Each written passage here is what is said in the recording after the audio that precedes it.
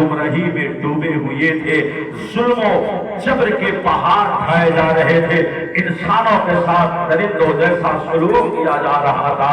حضرات محترم ایک صحابی رسول ہے جن کا نام حضرت دحیہ کلبی رضی اللہ تعالیٰ عنہ ہے۔ آپ حضرات نام آپ نے سنا ہوگا، جن کی شکل میں اللہ تعالیٰ حضرت جبریل امین کو حضور کی بارگاہ میں بھیجتا تھا۔ یہ صحابی رسول ہے حضرت دحیہ کلبی رضی اللہ تعالیٰ عنہ۔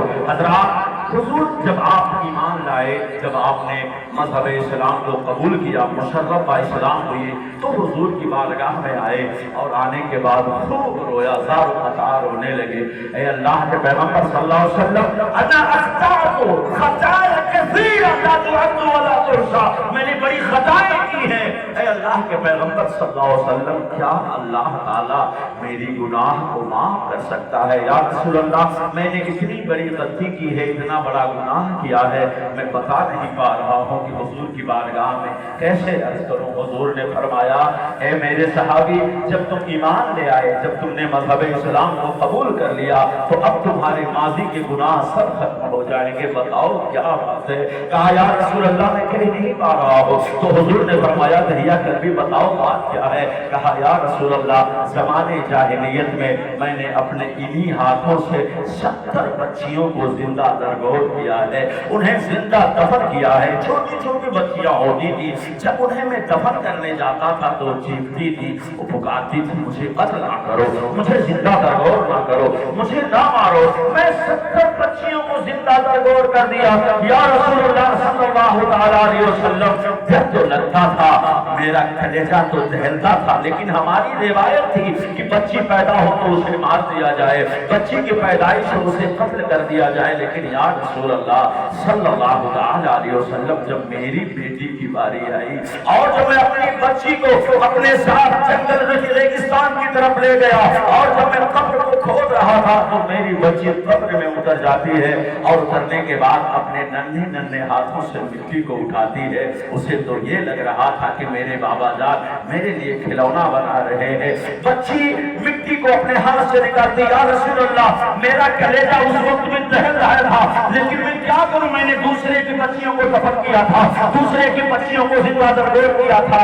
یا رسول اللہ صلی اللہ علیہ وسلم، پختہ ارادہ کر کے آیا تھا۔ پھر میں اوپر سے مٹی ڈالنا شروع کیا۔ جب میں مٹی ڈالنے لگا، ابھی میری بچی کو سمجھ میں نہ آیا تھا، لیکن جب مٹی ڈالتا گیا، مٹی اس کی کمر تک پہنچ گئی۔ بچی اپنے ہاتھ کو اٹھا کے کہتی ہے، انگلیوں کے اشارے سے کہتی ہے، بابا جان مجھے قبر سے باہر نکالو، کچھ گھٹن سے ہو رہی ہے، مجھے کچھ تکلیف ہو رہی ہے۔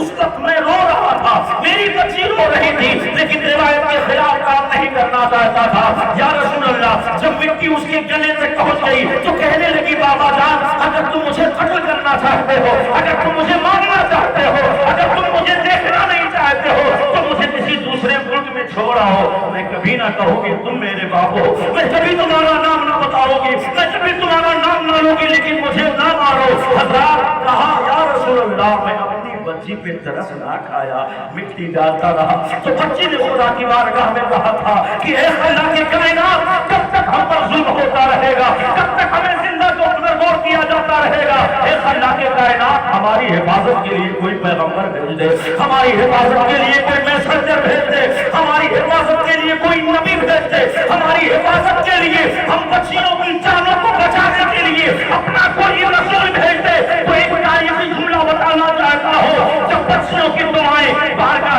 خدا بندی سے ٹکرائی تو مشیتی یزدی نے پکار کے کہا کہ اے انسان، اے لوگوں، اب ڈرنے کی ضرورت نہیں ہے، اب غم کرنے کی ضرورت نہیں ہے، اب حزن و ملال کرنے کی ضرورت نہیں ہے، اس لیے کہ بچیوں کی جانوں کی حفاظت کے لیے میں محمد رسول اللہ کو مبعوث فرما رہا ہوں، اپنا پیارا پیغمبر بھیج رہا ہوں۔ اور ارشاد فرما دیا، وما ارسل